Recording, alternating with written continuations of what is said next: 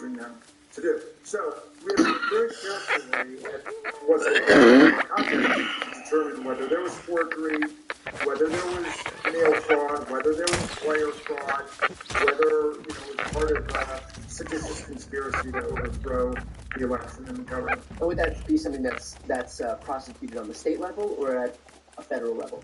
Again, you have to look at what specific offenses are in play. I mean, there's no generalized federal offense of fraud in 18 U.S.C., but it's mail fraud and it's wire fraud. So you can't use the U.S. mails to deprive the public of its right to honest services. That's been upheld by the Supreme Court, that component of the mail fraud statute, just like you can't use it as a device or an artifice to deprive someone of their property. You can't deprive the public itself of honest services. So I think they're in very shaky ground there in terms of both mail fraud and wire fraud. But there are clearly state fraud and election fraud statutes that are in play. And I read today about a woman who just got sentenced to 6 years in jail in Tennessee. She's in Memphis, Tennessee. She was in jail and then she was on probation, and she got out. I don't fucking want that, dude. What the fuck? But her probation wasn't actually over. But you could see what the confusion was. But the prosecutor brought the hammer down on her and brought her prosecution for election fraud, for voter fraud. And she just got sentenced to 6 years in jail. 6 years. And that's one person. What's going to happen to these people who try to deprive the voices of tens of millions of people? Well, that's exactly my point. These fake electors, these fraudulent electors, who are trying to deprive the entire public of its right to participate in the presidential election by essentially stealing the election. That's a much bigger deal than one person voting illegally by accident. Yeah. Or she's an African-American woman, so you've got to ask other questions about what's taking place there. But if we're going to take voter fraud seriously at that micro level, which is so episodic and essentially irrelevant in terms of election outcomes, certainly we've got to take it seriously in terms of people trying to hijack the entire election. So I want to move over to you. A few days ago, on January 30th, that would have been your son Tommy's birthday. You honored him in your book, Unthinkable, Trauma, Truth, and the Child of American Democracy. How are you doing? Are you and your family as okay as you can be? Well, I suppose by definition, we're as okay as we can be now. I mean, I can certainly talk about Tommy without dissolving into tears and grief, which is what it was like for the first several months. I mean, I just couldn't talk about it, And usually I can do it, and the book now, the writing to articulate a lot of different solemn emotions that I've been experiencing since we lost him.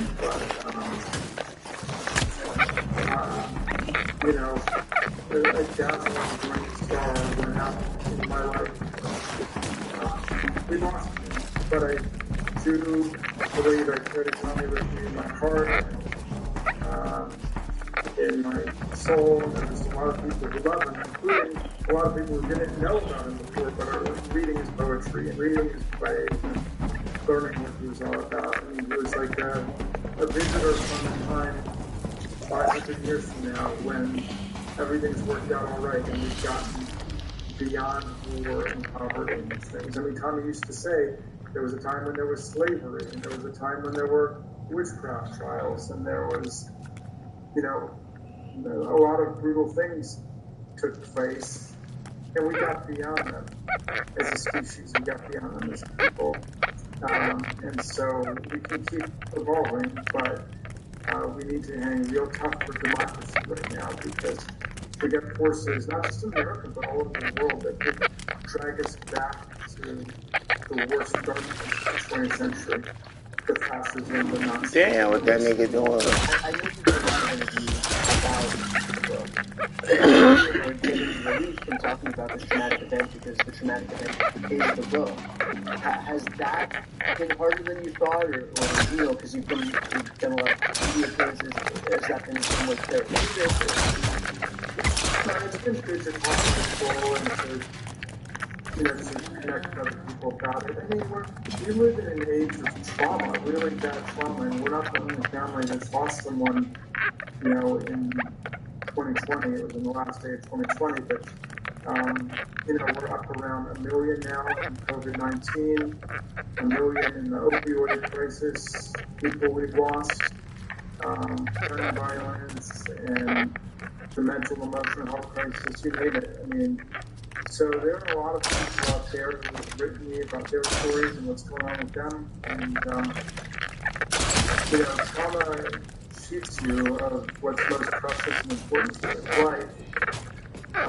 But the other side of it is it connects you to people and allows you to grow in wisdom and understanding of other people's pain and sorrow. So that's all right. It was therapeutic writing my book when I did the audio version. That was very difficult. It was very hard to read it aloud. But I found this process of talking about it a nice thing, in terms of connecting me to other people and,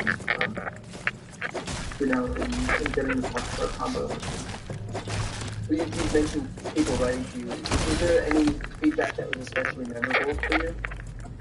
Oh man, we got, I don't know how many letters now, but certainly more than 15,000 letters and emails, and I think about lots of them, a lot. There are other people who've lost family members in the same way that we did,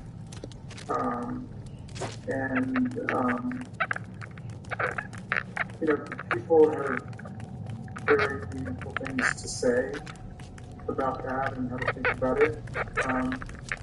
We've heard from a lot of people who were traumatized by January 6th and who have their faith in America shaken by what they saw on that day.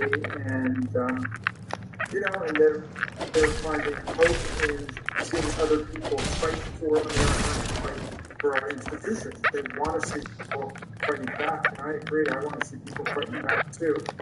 I mean, this has got to be personal for us. The people that came to tear down America were serious, and if you look at their websites, they're saying the only thing they regret is they didn't bring their firearms with them. They left them back in the hotels and the cars. And Donald Trump wants to whitewash the whole thing, says his rioters greeted the police with hugs and kisses, which is presumably how 150 of them ended up in the hospital or wounded or injured. How can people who watch or listen to this help? I know you have a memorial fund. Is that the best way that we can help? Oh, yeah. Well, the Tommy Raskin Memorial Fund for animals, which you can find and check it out. It's run by Tommy's sisters and cousins and his friends. It's a kind of a younger generation thing, and they've already given away hundreds of thousands of dollars to causes important to Tommy, including civilian relief and resettlement in the civil war in Yemen, which Tommy was working on, and relief in Haiti from the most recent earthquake, and Tommy was a passionate vegan, and so a lot has also gone to animal welfare, animal rights groups. They're doing really interesting stuff, and they've raised more than $1 million, and they've been able to put it back into the causes important to Tommy. And of course, politically, I'm going to be spending this year on the project that Tommy helped me to create when he was a boy, called Democracy Summer, which is for young people to come and get involved in, not just my campaign now, but Democratic campaigns across the country. It's been adopted by the JDay72, and to learn about the history of the social struggle in the country and the struggle for the right to vote and to participate, and then where we are today with all these anti-democratic instruments, the whole bag of tricks that the GOP uses to thwart majority rules, filibuster, voter suppression, statutes, right-wing liberal activism, gerrymandering of our congressional districts. So we study all that, and then we study what can be done, and then we mobilize the young people to go out and to register people to vote, educate people, and to canvass the neighborhoods so people can check out Democracy Summer City. Great. I would highly recommend if anybody's listening and hasn't read it, they can refer that to that would be the experience of a lifetime. So, look, I can't even begin to imagine what you went through, but I can say that between losing your son and then showing up a few weeks later to be the face of the movement to protect American democracy, you've shown more strength and courage than anyone on this planet will ever show. You're Whatever, so? What the fuck? Taking the time today. It's an honor to have you on again. Well, thank you, Brian. It's kind of you to say that stuff. I don't think it's true. I see people acting with extraordinary courage every day. I did exactly what I felt I had to do. I didn't know anything else I could do. But I appreciate you saying that, and thank you for having me on. Yeah, because that's like a bit much, dude.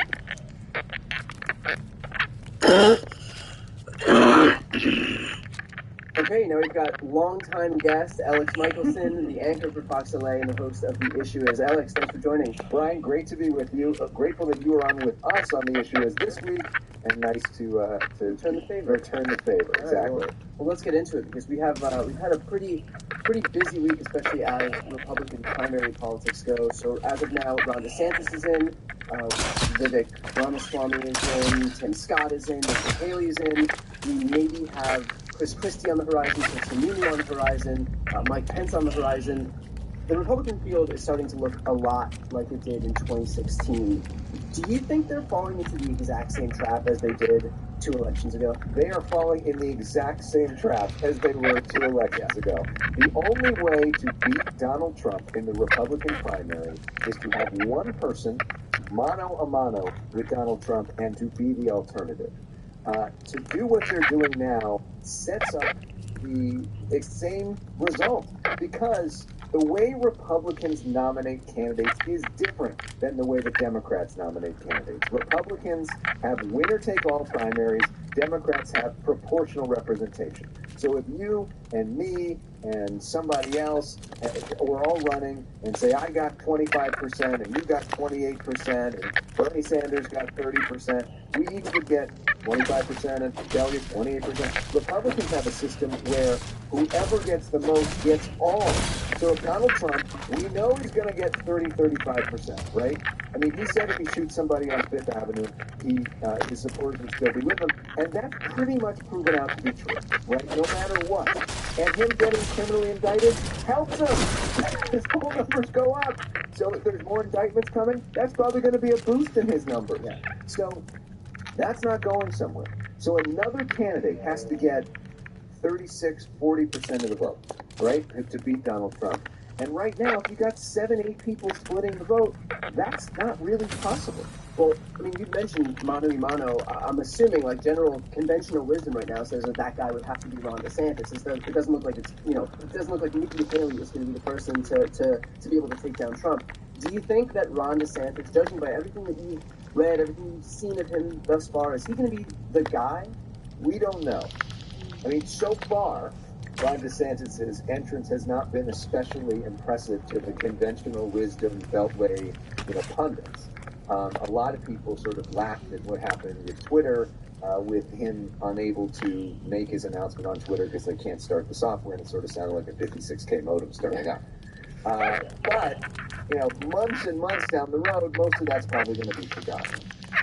If you look historically at the way these things work, at this point in previous elections, oftentimes the person that you think is going to be the big winner is not. So there's going to be a lot that happens between now and then. Obviously, DeSantis has not started to attack Trump, which is something you've criticized him for.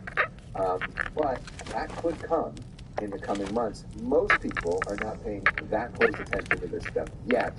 When they do, what Ron DeSantis is going to be there, we don't know. We know what Donald Trump's going to be there. We know what he looks like.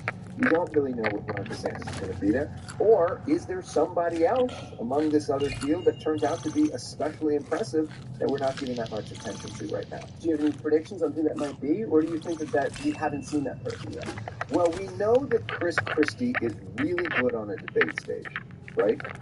We know that he is a terrific TV performer and will probably try to go at Trump very intensely. Yeah. So if he's up there, he might be able to land the country. Whether he becomes the Republican nominee, very, very unlikely. He also can be effective at landing punches on somebody else. You know, but that would serve right, no, the field exactly. Trump's ideal thing is that all these other candidates, in trying to be the anti-Trump, end up punching each other and not punching Trump, in which case Trump is able to skate away with the nomination. And it is in Trump's favor to have it. There was a New York Times report that Trump, when Tim Scott came into the race recently, said, let's say nice things about him. Yeah. Basically, because it's in Trump's interest for Tim Scott to be in the race, and so help him up a little bit. To that point, I mean, you've had the chance to speak with a number of these Republican candidates. You've spoken with Mike Pence, who again is likely to announce his candidacy. You've spoken with Larry Elder recently. That was just this past week on your show. Does it seem like any of them are actually willing to distinguish themselves from Trump? And I ask because, like, it would seem to defy logic if you're running against a guy who thus far has consolidated all of or most of the support in the Republican primary. It would seem to defy logic if you're not willing to distinguish yourself from the guy who's winning right now. Otherwise, what's the difference? Well, it seems like there's two different approaches to this. One approach seems to be the DeSantis approach, which is I'm Trumpism without the indictments. Yeah. Right? Yeah. And basically you can have all the policies you like, because most Republicans like the policies, but you don't have the drama and the tweets and the chaos and the insurrection and the criminal prosecutions. Right? That's what you want. But so far that approach doesn't seem to really be working. Another approach is like Asa Hutchinson, the former governor of Arkansas. He is distinguishing himself from Trump. He's criticizing him on a lot of the things that he's done. He's blatantly, by name, going after him. And so far, I don't know what the opposite of catching fire in a primary would be, but cooling down or whatever. Yeah, he seems to be in an ice bath in terms of the poll numbers right now. So, you know, although you're saying logic might say that that's the right approach, people that have tried that, Liz Cheney, you know, didn't exactly have tremendous success in the Republican Party by going after Trump by name and being really, you know, principled. They're kind of in this impossible catch-22 because if you speak out against Trump, then you're going to get killed by the entire base, and the base voters are going to be who ultimately determines who the Republican nominee is. Or if you know the opposite, then you get excommunicated. You get stuck in your ice bath. That's what Asa Hutchinson is. Right. So there doesn't seem to be a clear path so far, unless, but there is. I mean, it is also true. Although we talk about Trump's strong base, there is also a strong base of Republicans that are sick of him. Who needs a strong base? I mean, are we not overestimating the sheer number of people who actually are? Because here's the thing, we have to think about getting out of the Republican primary first. So there might be within the Republican Party, more broadly, a bit large, the Republican Party, or even those Republican-leaning independents, who of course may be anti-Trump. And we've seen the vast majority of them are, but in terms of Republican base voters, people who are paying attention right now, the people who are going to be paying attention to that Republican nominee, that's an entirely separate story. It's hard for us to just kind of perpetuate this idea that there are a vast number of people who are anti-Trump, and that this people, the people who are actually going to determine the nominee for the general election, aren't. Well, yeah, but I don't think at this point there's that many people that are going to be joining Trump that haven't joined him already, right? I mean, there's not like a lot of undecideds about what you get with Donald Trump. So that means that all that don't know and everybody else, if you add all of them together, that probably is enough to beat Donald Trump. The problem is right now, you can't add all that together. And people don't vote for hypotheticals. People vote for people. They vote for candidates. And there needs to be a candidate that distinguishes him or herself in order to beat the king. And right now, Donald Trump is still king. Well, we're eventually going to get to the point where we have to, you know, get to the general election contest. It's most likely, we've spoken about this on your show just this past week, but it'll most likely be Joe Biden and Donald Trump as of right now. If you were to take a snapshot of what we're looking at right now, that's who it's going to be. I've gone back and forth about who I think would be a better opponent for Joe Biden, but, you know, on one hand, when it comes to Trump, he will have extra baggage in 2024. It's not just the fact that he's already lost to Joe Biden in 2020, but now he'll have all. No, he did. He did? Just making sure that we all. Okay. All right. So it's not just the fact that he lost to Biden in 2020. He'll also have all of that extra baggage that is, this wave of indictments that are coming down upon him, starting from the Manhattan DA's office and most likely in Fulton County, most likely with the DOJ for the classified documents case, maybe the January 6th case, and on and on. On the other hand, we've also seen firsthand what happens when the media just anoints a Democrat the winner versus Donald Trump, and we end up with President Donald Trump in 2016. So I'm curious what your thoughts on this topic are in terms of who would be a better opponent for Joe Biden as he comes into 2024. Well, Donald Trump is both the weakest and the strongest opponent for Joe Biden. He is the weakest opponent because there are millions and millions and millions of Americans that are over him, that don't want to touch him, and all of the last elections show that there is a segment of Republicans that when he's associated with them do worse than Republicans who are not. Almost like expressly and specifically, like just those, like exclusively. Just him. Yeah. Like, so his endorsed MAGA candidates for Secretary of State and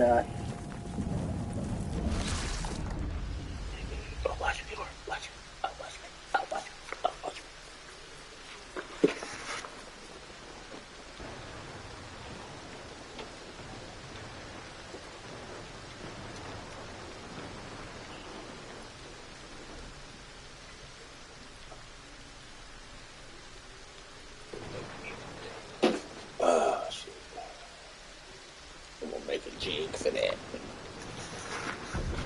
Oh, oops. I will make a G with that.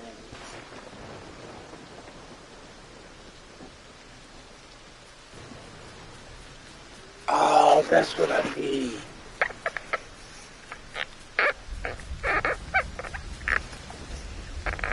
Oh, that's how. Okay. And then you can go back on the top. Oh, where am I at?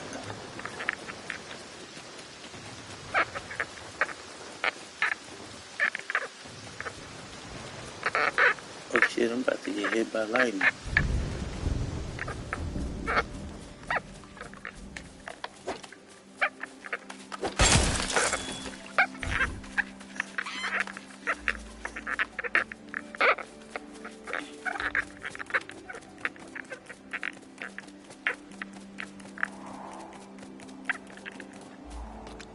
Damn, I don't have room for nothing.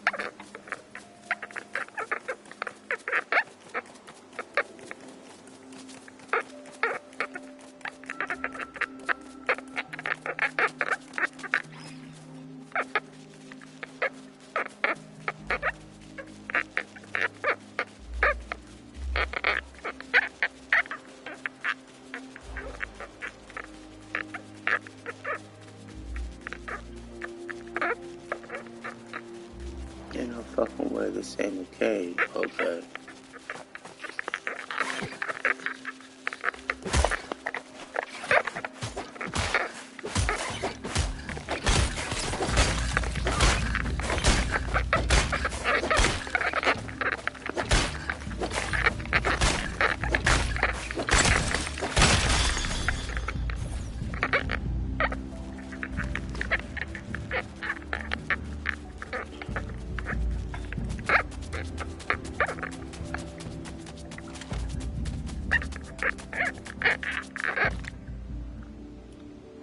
What?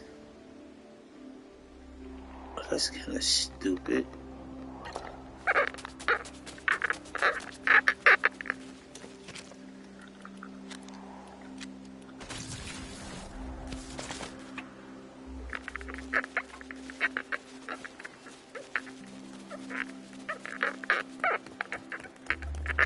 Man, that's bull. What the fuck?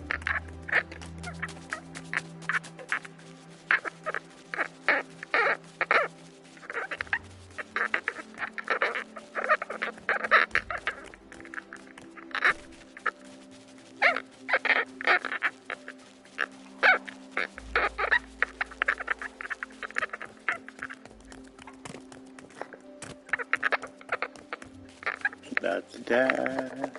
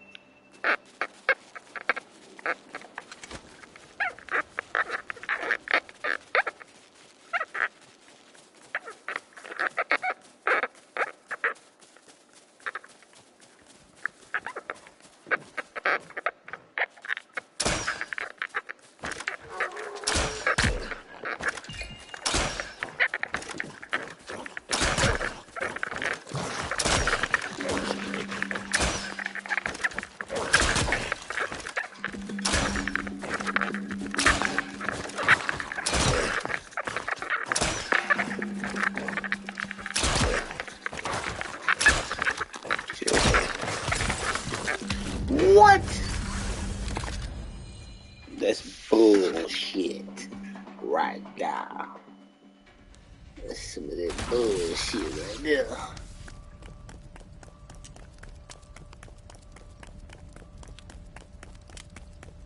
Man, nobody want to see that shit.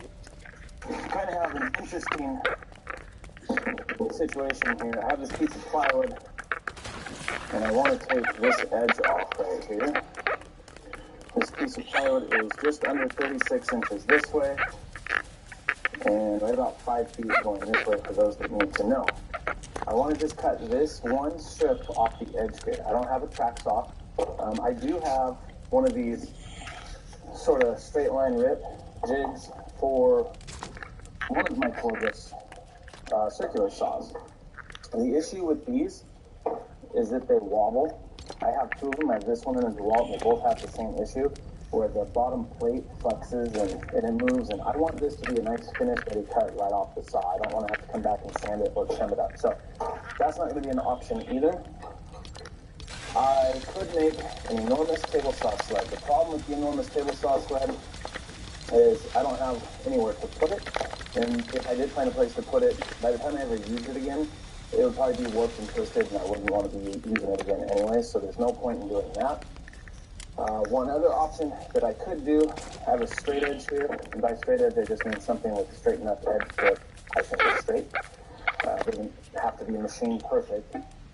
What we can do is we could use double side tape on this side, and then we could tape this on the edge here, squaring it up to one of these edges and leaving a little bit of an overhang here. That way the fence is going to register against this straight edge as opposed to this crumbing edge, and that's going to trim this right off here. That does work, but this piece of plywood has a little bit of a wow to it. I don't need so much tape to get that bubble out of there, so we're not going to go that route either, but that does work. I will put a link to a video where I use that on a very expensive cutting board that worked flawlessly. If you guys are interested. The trick that I want to show you today is going to let us take that scrap little edge off there, the rough edge, and it would also really work for material breakdown. My max on my table saw here is 36 to this side to be able to use that fence. That's not 48, right? 48 is half a sheet of the 4/8 sheet of plywood. And if I want to rip that or cut that in half, I have to get creative on how to do that. Or again, I have to get down with a circular saw on the floor. And again, I don't like the cut that it leaves. So this trick would work really good for breaking down large panels into smaller panels. The trick itself takes just a minute to set up. I want to go over a couple of things. First, that you have to check things you need to know before you can do this on your saw. So let's start with the blade and the edge of the table. All right, we're going to be using the edge of the table itself to do this. Now, normally this isn't checked when we check like the blade to the miter slots to the fence to make sure those are all parallel. We never check this end of the table, and that's because we never use it. But in this one, we are going to use this. So, two things. One, I need to know that I have the same measurement from here to here and here to here. I'm measuring off one of the keys. The tape measure is perfectly fine for this. It's not going to matter. I have 22 and 32nd in here. I have 22 and a 32nd. So as far as I'm concerned, this is parallel enough for me that I can actually make this work. The second thing is the condition of this edge right here. If you have a saw where there's a bunch of divots and everything else right here, you don't want to use that regular edge. You want to make your own edge. So fasten a lever to here. You can drill holes through here and bolt this on. You can make it out of anything. You can fur it out with a couple washers to make this parallel. So we want to make sure it's parallel, and we want to make sure that it's relatively smooth. It doesn't have to be wax or anything else. It just needs to be able to let a thread glide across. I'll make more sense in a second. So 22 and a 32nd is what I have right here. I'm going to take that measurement over to my plywood. All right, so this is the edge I want to knock off. I'm just taking off a little bit here, so I just have this little mark, just about 1/8 of an inch off of here. I'm setting up this block down here. This has nothing to do with this trick. I'm just trying to save myself a headache because I want to be able to run my tape measure up here without it falling down, hopefully. All right, I'm going to line up the 1-inch mark on my tape measure with that little tip that I just made right there at about 1/8 of an inch, right? So 1 inch lined up with that. We had 22 and a 32nd. I'm going to go all the way down to 23 and a 32nd. I'm just going to make a mark. And the reason I did that, it's called burning an inch. It's so that we don't have to mess with the hook down here to try and line this up perfectly. But if you were to line this up, you can see that I'm at 22 and a 32nd. So I have that distance. So once again, this is the mark from where I want the blade to cut off. This is the distance between my blade and my edge of the table. I'm going to take my square here, and I'm just going to transfer this right over to the other side, and I'm actually going to draw a little X right here on the side of the plywood. That's going to tell me where my fence needs to go. So let's throw my fence on there and we can cut this off. I do not have my plywood up here. This is my cut edge. This is the mark that tells me where this fence needs to go. I'm going to take my fence, I'm going to take a square, and I'm going to line this up right on my mark. Obviously, it depends on how accurate you need this to be. Take a clamp. I want my fence and my clamps and everything on this side. So my blade is on this side. I want all these clamps on this side. We're going to flip this over here in a second, and I don't want these clamps getting in the way. So we're going to tighten this down. I'll leave my square there so that I can just double check this before I flip it over and cut it. That is square enough for me. Actually, it's not. We're going to tackle that back just a little tiny bit. Okay, now, I just want to tighten these up because I don't want them scooting. We're going to raise the blade up high enough to be able to cut the plywood. I'm going to flip this over, and I'm going to start running it right through the saw, and all of this is going to make a ton of sense.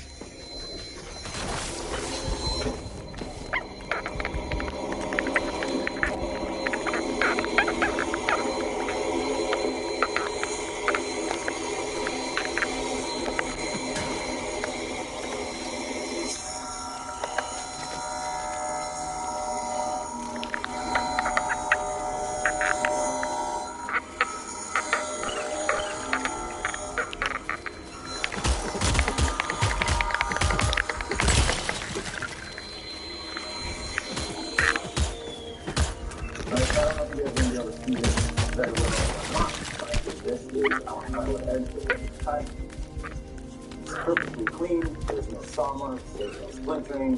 I can use this. This is intended right off the saw. This, like I said, is a little bit set up, but it's going to work great for you, especially if you have saws that don't have a lot of capacity to begin with. Just rig it up so you can do this trick. Should be good to go.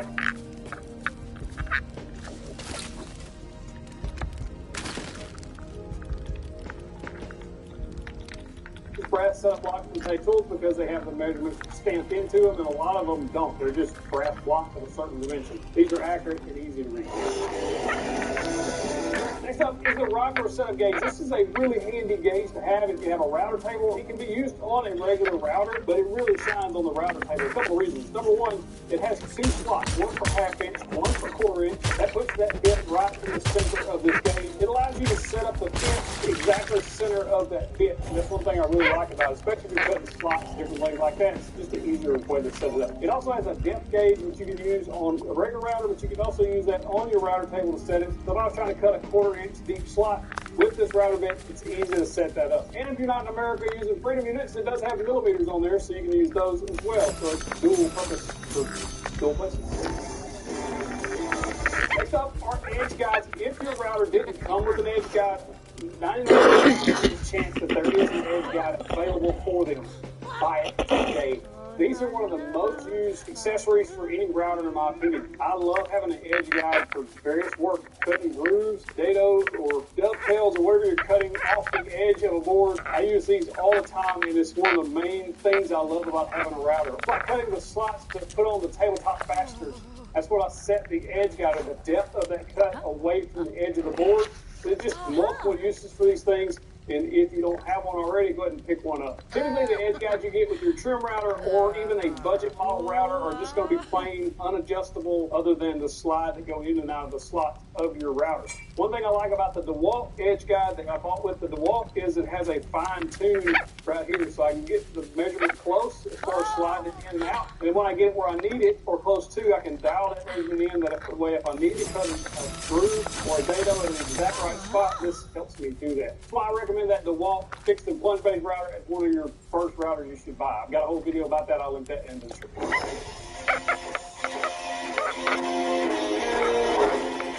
Number one on the list is the PowerTech 5-in-1 setup gauge. You'll use this in the shop for various reasons. Number one, at the table saw, you can use these slots that are graduated at 1/8 inch increments to set up the height of your blade. Now, the only drawback to this is it won't set up on its own like the DFM setup gauge, but the DFM is a one-use type tool, and this is a 5-in-1, so you just kind of weigh your options there. But it's really not that hard to hold it while you set your blade height. Number two, this sliding gauge will let you set depths or heights of things like router bits, or even do half laps or anything like that, because the bottom is exactly whatever the top is. So if you're setting the bottom depth here, that whatever it's sticking out on the top is going to be the same. Next is the side gauges on here. It's going to let you set your bit heights at the router, fixed or plunge base, or your router table. This is really where this little gauge shines, in my opinion. All you have to do is set this on top of your router table or the base of your router, set that bit height, and you're off and running.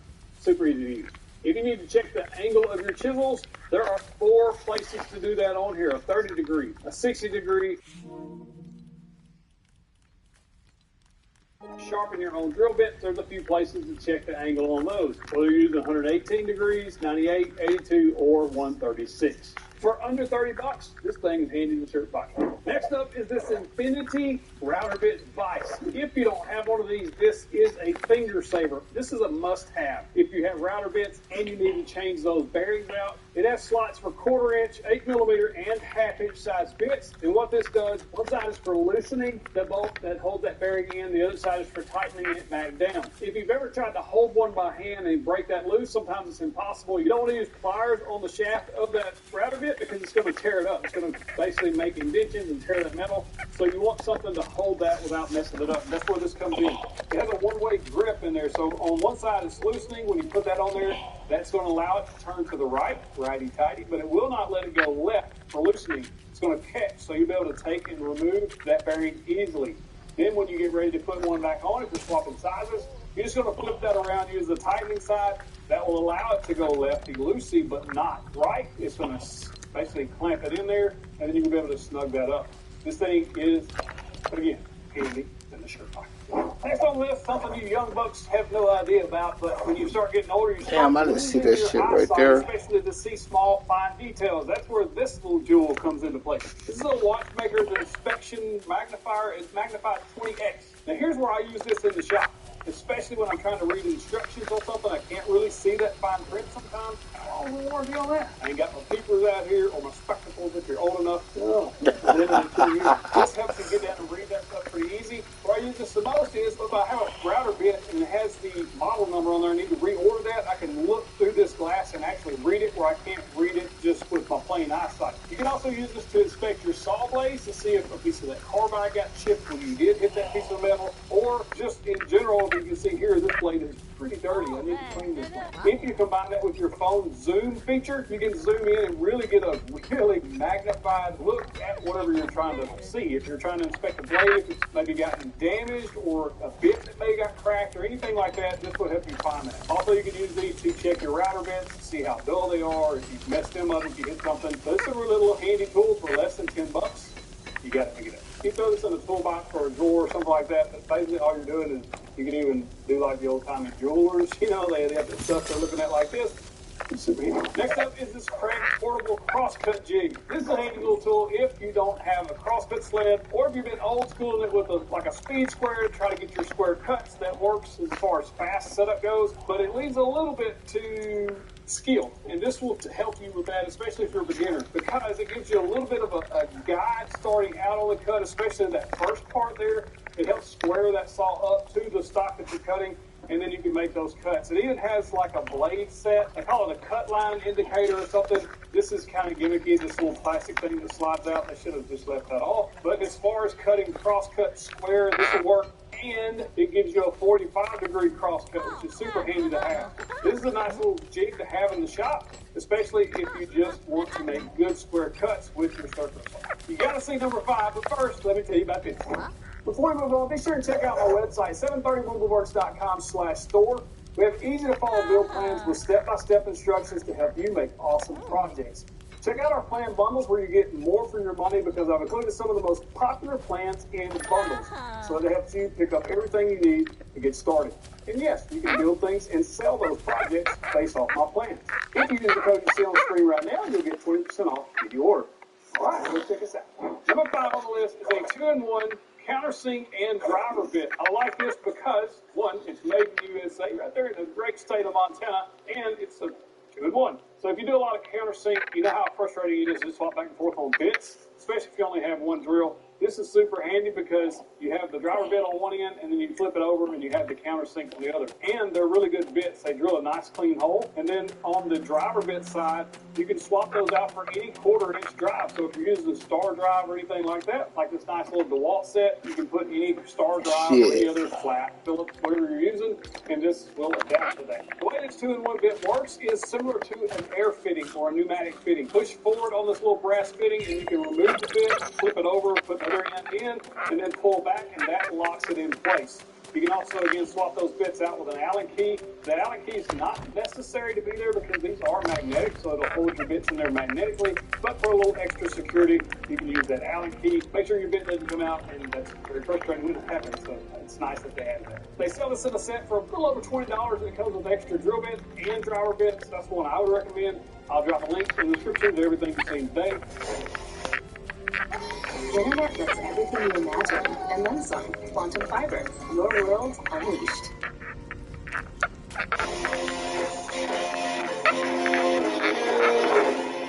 This is a total game changer if you don't have a track saw or the budget for a high-end track saw and you can make long, straight, accurate cuts. I'm impressed with this one, y'all. Let me tell you. I'm impressed with this track saw guy myself with my money. These are my thoughts and my opinions. If you'd like to check them out for yourself, link in the description and in the comment.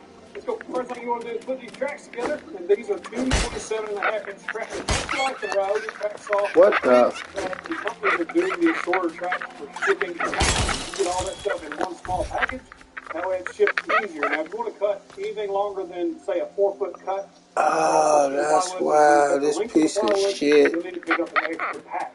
However, it's still much cheaper to do that versus buying a track saw. The first thing I noticed when I unbox these is that they include end caps on their tracks. Nobody else is doing that. Vestal's not. Milwaukee didn't. Ryobi didn't. Craig didn't. I've yet to see anybody include those track guards on the end. That's pretty awesome because that'll tear your hoses and cords and things like that. So I'm glad that they included that. So when you connect them, you're just going to take those 2 ends that are going together, take those caps off. And you can certainly just use one of these small tracks if you just want to cut small parts. 3 and 3. Across the 2 or 2 anything like that. A lot of people like these short tracks. They did include some track connectors that you can use to connect these tracks together. They're just going to slide into those slots. Now there is a little place side to side there, so you're going to want to make sure to get these lined up before you tighten them down. I like to use a straight edge. You can use a 4-foot level, anything like that. That's one of the reasons I like having a precision straight edge in the shop, just like this. You also want to make sure you're on a flat surface when you're connecting these up. Perfectly flush there. That's what we wanted. Track lines up perfectly.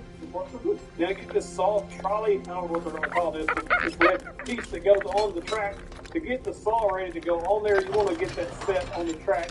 It comes with 4 hams, basically, that's going to twist and lock that in place.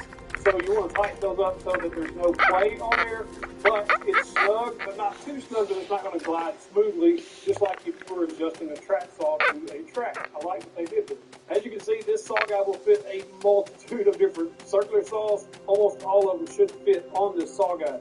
It also comes with a blade spacer. This is going to make sure that you're setting the blade distance on this track perfectly every time, no matter what saw you're using. And it sets inside this, so you know you're going to lock it in there. And then you're just going to set your circular saw out there and lock it in place. These slide to adjust. You press the blade up against that spacer, it's going to leave a small space there, and when it's actually put on the track. Now we'll tighten these down and lock it in place. Now you got 4 clamps that clamp your circular saw in place. It's going to hold it flat against that plate. In other words, you're going to be able to get a good 90-degree cut because it's set flat on this guide. After you get that cinched down on there, it's ready to rock. One thing to consider is battery size. I noticed my 4-amp-hour batteries were rubbing that post on the thumb screw. I will likely trim that off, but 2-amp-hour, 3-amp-hour batteries will fit just fine. Just something to consider. And that post you can't move. So I wish they would have considered that when they made this. Everything came to perfect. I will say at full depth that these batteries get in the way, but if you're cutting 3/4 plywood, anything where you're raising your saw, depending on how the battery attaches to your saw, on this rigid, it's not in the way, as you can see. So room there, you use that 4-amp-hour battery. Now, if your saw doesn't have batteries that attach to the back, if it goes to the side, this one would be an issue for you. Now, just like any other track saw track, you're going to have to cut the spinner guard to fit or match your saw, which, once you cut that, it should match any saw because of the saw blade spacer that they provide, because it's put it in the exact right spot every time. At least that's the theory. Now, one of the main reasons you want a track saw is to cut straight, but also to cut square. That way, if you're cutting thicker woods like this 2-inch chunk of walnut, we can make sure that we get a good square cut on this. And we did get a good square cut with that circular saw using the track. So I was actually quite impressed with that.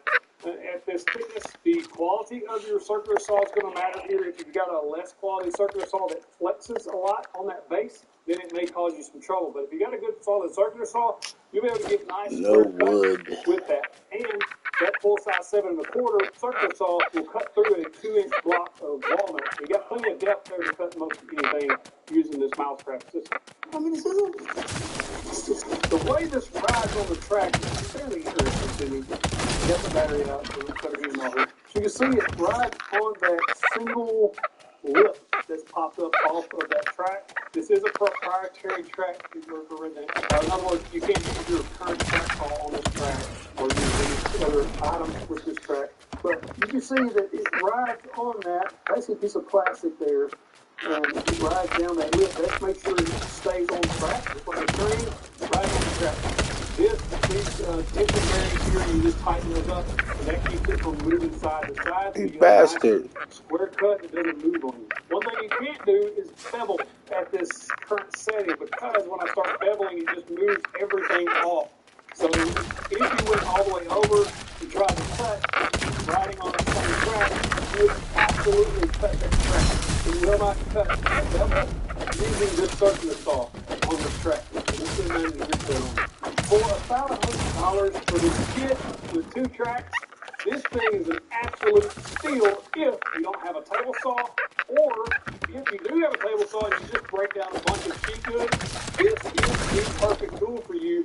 if you already have a circular saw. This is one of the best saw guides that I've ever used. And I've used a few of them before with the current system. They're plastic. They work pretty good, but this is really solid. Now, this is not perfect. And it is absolutely not a replacement for a track saw, and I'll tell you why. Number one, a track saw will allow you to bevel no matter what. And this, when you bevel, it will hit that track with this saw. I don't know how other saws will work, but I think that's going to be a problem for a lot of people if you need to cut 45s or bevels, anything like that. Also, there's no plunge feature like a plunge saw, track saw, will plunge easily. This, you could do it, but it would make it a little sketchy and might cause a kickback, and that's another thing you're losing here is there's no anti-kickback. Anything on here. Another drawback is dust collection. A track saw has much better dust collection. Even some of the lower end track saws are better than a circular saw. So you will be giving that up if you pick this over a track saw. During the initial setup process, I said that I really liked how these had the included end caps there. They pop off too easy. In other words, when the saw gets to the end of the track, it'll actually push them off. Even though they're flush-ish, it kind of pushes them away and dislodges them. I wish they were tighter in there. There's no way to tighten them up just by the way they're made with these little clips. It's a nice thing to have, but it's not well implemented. You'll likely lose those and or jump them. Like I said earlier, this is a game changer for those who need a solid system to rip down ski goods. I can't recommend this enough. If you have about $100 to invest in something like this, this is one of the most solid systems I've seen on the market. I am very impressed with this. The tracks go together well. Everything just works. Pretty good job. It's by far not perfect, as I stated before, but it is extremely well made and will do what you want it to do as far as making straight square cuts. I give this a 4 out of 5 fist bumps. And I don't give that a lot. I think a lot of you will benefit from picking one of these up if you are in a small shop. You don't have a track saw, you don't have a table saw. This is a good alternative with some limitations.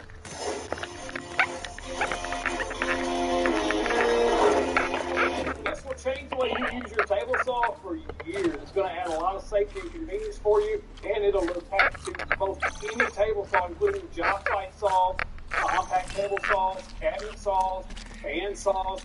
You're going to be able to use this in a variety of ways. Let me show you everything you can do. If you're interested in this fence system, you got to check it out. Link in the description. I highly expect this one to sell out. Let me show you what you can do. This is quite genius, actually. If you watch the channel, I've made some jigs where I use both feather boards to help attach these vertical feather boards on there to give you that downward pressure. They solve that. This is an extruded aluminum fence that comes in 3 sizes: 24, 36, and 46 inches, depending on how long you want the fence to be on your saw. The one that's on here right now, this one is 36 inches. It'll give you in-feed and Outfeed and upfeed and downfeed and bitch feed like we be, cause you know I eat. On the work site by yourself, you don't want those boards falling off the back. Ain't reaching over trying to grab those. This is going to help solve that because of this outfeed support. Now, if you pick the 46-inch version, that's going to give you that much more distance on the backside, or even if you put it halfway into the front, back to that in-feed and outfeed support. And if you use it on the cabinet saw, you get the same thing, but what I like about it on the cabinet saw is that in-feed support, especially if you're trying to cut longer boards by yourself. It can be a little frustrating to kind of hold that up there by yourself. Use goods, things like that. Now, this fence is made out of aluminum. It's solid as a rock. When you mount it to your fence, it's only going to add 1 inch of thickness. All you have to do is attach this to your fence. It's literally that easy with 2 clamps. Then you can buy I busted it, some bitch. You have the micro jig dovetail clamps. They fit this. Some track clamps will fit this, but the Milwaukee track clamp wouldn't. So just be aware of that. But if you have the micro jig or if you want to pick up there, that's gay. You can position this where you want along the fence. So if you want a more in-feed style, you just move the fence towards you. If you want more out-feed, then you just move the fence away from you. Put those supports on there, and that's going to give you that out-feed and in-feed support. And what's awesome about this is this vertical feather board. I love having vertical feather boards on here, kind of like just some stock out roller, putting that downward pressure on there. And then when you add the horizontal feather board on there, you're getting the downward and horizontal pressure for the fence. That's going to keep your cuts really accurate and quite a bit safer. I really like the fact that you can do this. And I think, just looking at this, there's a T-crack on top. I didn't quite expect there's probably some other attachments that's going to be made for this. I don't have any inside information, but you can really see what they're doing here. They set themselves up for the long haul on this, so if you get something like this, you're going to get attachments down the road. It's going to work with this. I like what they've done here. Now, this is an attachment for the bandsaw, but before we get to that, let's talk about the table saw. When you use this on the table saw, you're getting three main things in my opinion. Number one, the in-feed, out-feed support. I think that's why most people are going to use this, because you're going to be able to prevent those boards from falling off, or give you a little extra support when you're cutting those long boards by yourself. Number two, the vertical feather board. You can place these before and after the blade. Not the horizontal, but the vertical. That's going to help keep that board from falling off as well. When you make all the way through the cut, it's also going to keep that board pressed down toward the table, make your cuts more accurate and safe. Number three, this gives you a high fence. If you don't know, if you're trying to make like raised panels or set grooves in the end of boards, this high fence is a must-have for safety. It's going to keep that board perfectly 90 degrees. Got more surface area to hold that board against. You can see here where I'm making these vertical cuts on the end of this big chunk of walnut. Check it out. Slides right through. Nothing moves. Staying right against the fence. Keeps on very accurate and also very safe.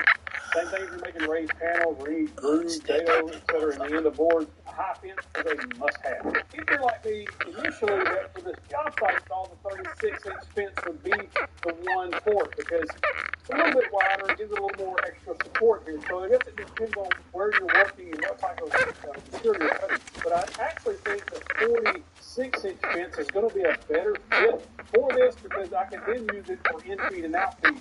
Just having this 36-inch, if I split in-feed and out-feed, I'm not getting a whole lot of support here on the backside. However, when you put the 46-inch fence on there, I've got quite a bit of distance here on the back and the front, and I can move this if I needed to get extra support. So if I'm cutting really long boards or plywood, and I want to get that extra long support, I've got about 26 inches of extra support on the backside of the blade where I need it most of the work by myself. I like that. It's 46. It's going to be the pick for most people, even if you have a contractor saw or even the cabinet saw. This is probably the best one to pick. When initially I thought the 36 was going to be the pick for this job site saw. Now, if you're in a tight space, like a really tight space, and you don't think you'll use that extra support, then the 36 will work just fine. But also be cautious about tightening this down too much on your aluminum fence. If you have something like the saw-stop fence or one of those T-glide fences, you'll probably not have any issues. But this is aluminum, so you don't want to over-tighten. It's not going to take much. You're just going to snug that up, and this will be plenty secure for anything that you're going to be doing with it. Just don't put the fence on your contractor or job site spot. The other thing I was worried about was if this would remain square like my other fence, and it does. There's no issue there. It is square all the way down without any issues at all. So that's good. I think if you're in a small shop using a small saw like this without an out-feed table, this fence will be a game changer. Because what happens when you push that stump all the way through the blade with the backside without an out-feed table? It's happened to me hundreds of times with old Delta saw before I had an official out-feed table. Out-feed tables take up a lot of room. If you're limited on space, this is really going to help. Because I've got feather boards on here, because I've got out-feed support in a couple of different places, with this 46-inch, that piece is not going to fall off of there. It's really wide. It would fall wider. It would probably fall off there. Because the smaller stock is going to support it really well, especially on the cut piece. You don't have to worry about trying to reach over the blade and catch those pieces falling. The out-feed pieces will catch that. Now, the only caution to this is if your table saw isn't mounted or bolted down somehow, you're putting a whole lot of pressure. You bastard. Especially if you're cutting thicker wood, you're going to shackle over that, basically. All you got to do is cut a 2-4 weight. There is a spot underneath both of these, out-feed or in-feed, however you want to use them, that fits a 2-4 perfectly. And once you put that in there, you're just going to drive a screw through the top to hold it nice and secure. And they even have this countersunk so that screw's not going to get in the way of the wood that comes through it. Now you have an extra leg on the back that'll basically keep this from tipping and causing you any trouble. You bastard. I got a big old thick piece of walnut, about 2 inches, a little shy of 2 inches thick. It's really heavy, but I want to show you how well it supports this the big fat piece. Because I don't want to cut it, so I don't want to waste it. Tiny breastboard wide, push it all the way through, you still get the place to pull the back. Force it after the cut or behind the blade. I think that was a good idea of them to put the support option on. What makes this bow fence unique is this ability to add on these accessories like their feather boards that they make. I love these feather boards. These are the only ones I use. This foam won't mar the wood, and it keeps a good pressure down or sideways depending on which way you're using them. But they fit right in this T-groove on this fence. So you can literally add one of these before and after the blade, only the vertical after the blade. These on the horizontal plane, don't put one behind the blade because it'll cause pitching. It always goes before the blade. But these right here will help keep pressure down, especially on these long cuts, especially on shoot goods. Things like that, it's going to keep it pushing toward the fence and going down toward the table. It's going to give you much more accurate cuts. And I love the fact that you can have these on there now. Bastard, your ass over there. How fast it is to put on and off. Just a little bit of clamp.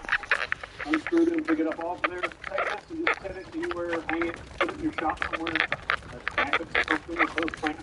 Keep it up out of the way. But it's really easy to take on and off. Now, if you have a bandsaw, you will absolutely love having one of these for your bandsaw. It's going to do a few things as well. Number one, you can get those vertical fair boards, so if you're cutting longer, thinner spots, keep that pressure vertically down. You compare this to some horizontal feather boards. One of the horizontal blades that the bow part has that keeps it pressed against the fence. When you're resawing boards, this thing shines for resawing. Gives you the high fence, so when you're resawing those wide boards, allows the board there as well as that horizontal pressure, so you get those accurate resaws. This thing shines. Again, this will fit any table saw. No matter which one you got, including saws or unit saws, because it has a groove designed to fit those saws or clamps to fit on any other saw. One concern that people may have is if you put this on there, will it damage the top of the table saw? No, because they do have these plastic standoffs on there that will keep it up off the surface just a little bit. That's going to keep solid from piling up against the fence or causing any inaccuracies there. But the main point is to prevent any damage to your table saw top. It really follow everything. If you have a smaller contractor or a job site style saw, this literally gives you basically the table size or even bigger than a cabinet saw with that in-feed and out-feed port. I do think, I know we usually throw this around a lot. This is a game changer for you. A lot of people for their saws, and for the price point of that, I don't think you'll ever spend better money upgrading your table saw. What's great about this is it is a modular system. What that means is you can buy the fence separately from all these pieces. So if you already have some like feather boards, you'll need to rebuy those. If you have like micro jig clamps, you'll need to rebuy those or recharge those. So you can buy the fence, feather boards, the outfeed, whatever you need. You can literally put it on the 46 to 36 Ah, that bastard got me. I like it. I'm highly impressed with this boat Fucking fence. cacti. It's very nice. They did send me these reviews. No money changed hands, and I'm not keeping these. These will be given away to our Singapore Nation. But it's impressive. I'm going to buy one for a nation. just because of how awesome it is.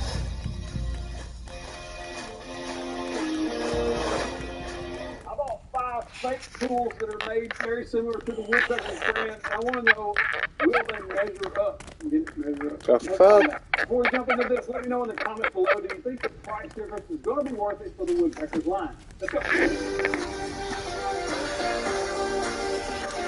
One of my favorite Woodpecker tools is the Poloni Pocket Rule. I've had the Poloni Pocket Rule 6-inch for a long time, and I just went ahead and bought this set because I use them all the time. I love this tool. Now, this is a woodworking ruler, as you can see right there. How similar are these?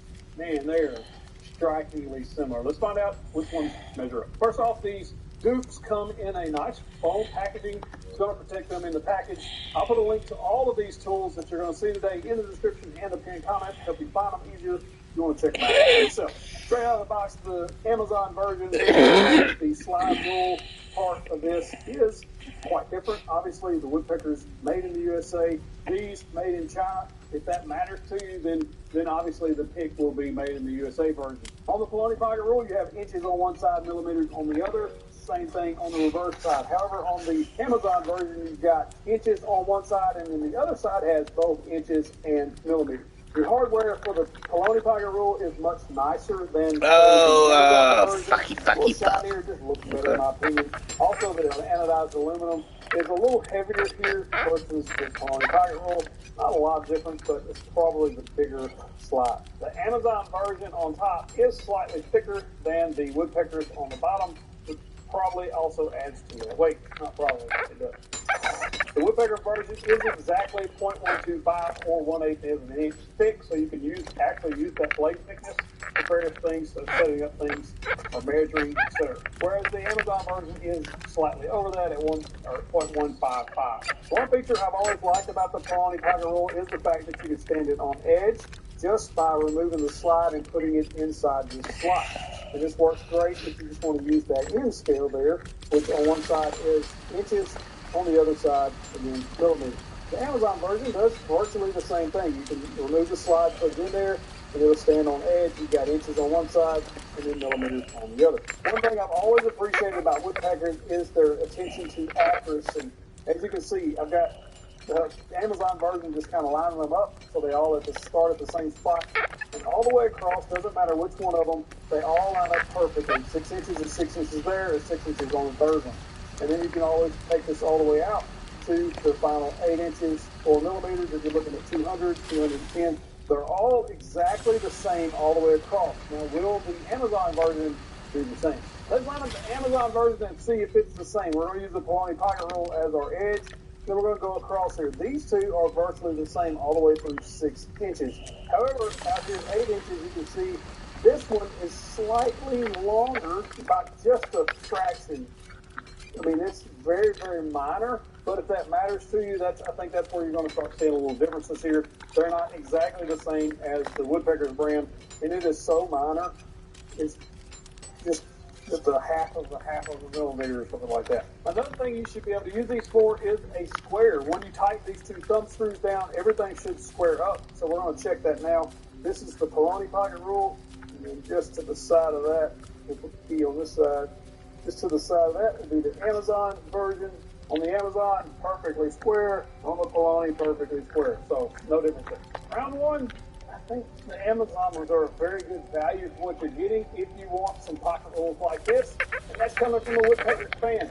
These are pretty nice. Now, would I buy these normally? If I'm looking at pocket rules, I'm still probably going to go with the Woodpecker made in the USA.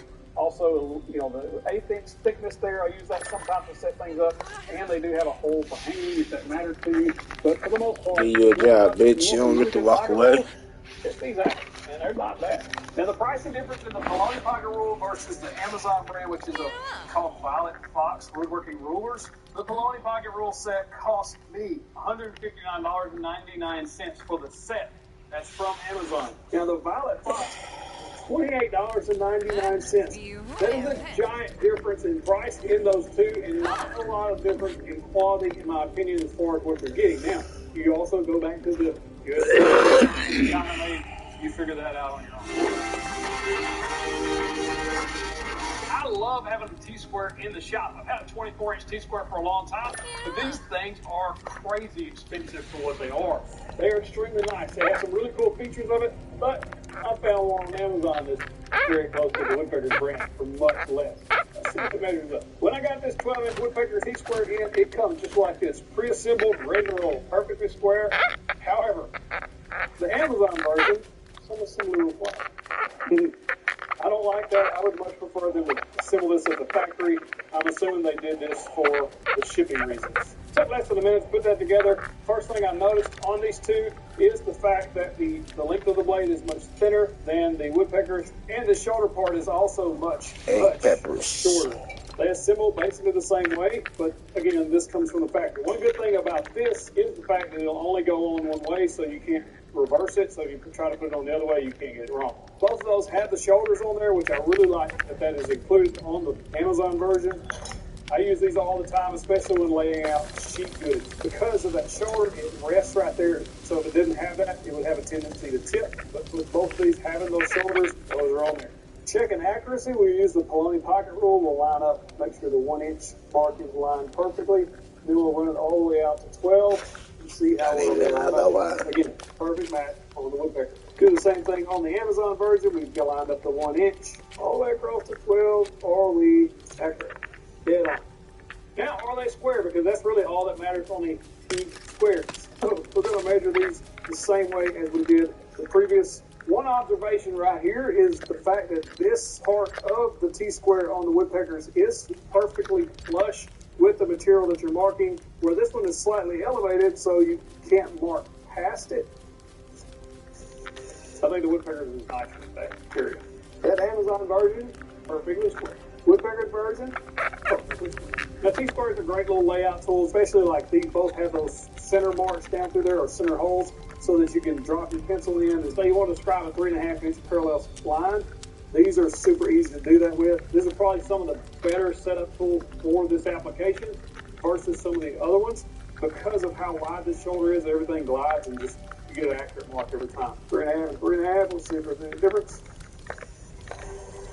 One thing that may be hard to show on camera is these holes are slightly bigger than these. Now the opening to these are the same, but these are also tapered down so that your pencil lead kind of finds center. I think that's going to really matter if you're wanting precision and accuracy. You'll go with the woodpecker version here. If you're not doing that, you just want a T-square, this may be a good option for you. It's not bad for the price. Now the T-square, there's a big price difference here too. Almost double the price for the woodpecker brand. I paid $153.99. I've lost my mind for the woodpecker 12-inch T-square. Now you could get that a little cheaper on woodpeckers, but shipping, etc.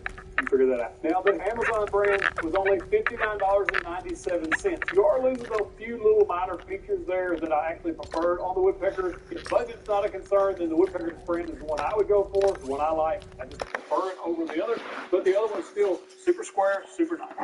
If you like this type of content, be sure to click that subscribe button, click the bell icon so you get notified of all new content I've got coming. Next up is the Saddle T-square. One thing I love about the Saddle T is the fact that you can mark two sides of the board and have that line carry all the way over. The pre-drill holes in the Saddle T-square also help you draw those What the fuck? You draw those parallel lines on your work, and you can get very precise with this if you so choose. Now, the made in China version of the Saddle T looks like this. It's so close, y'all. Like,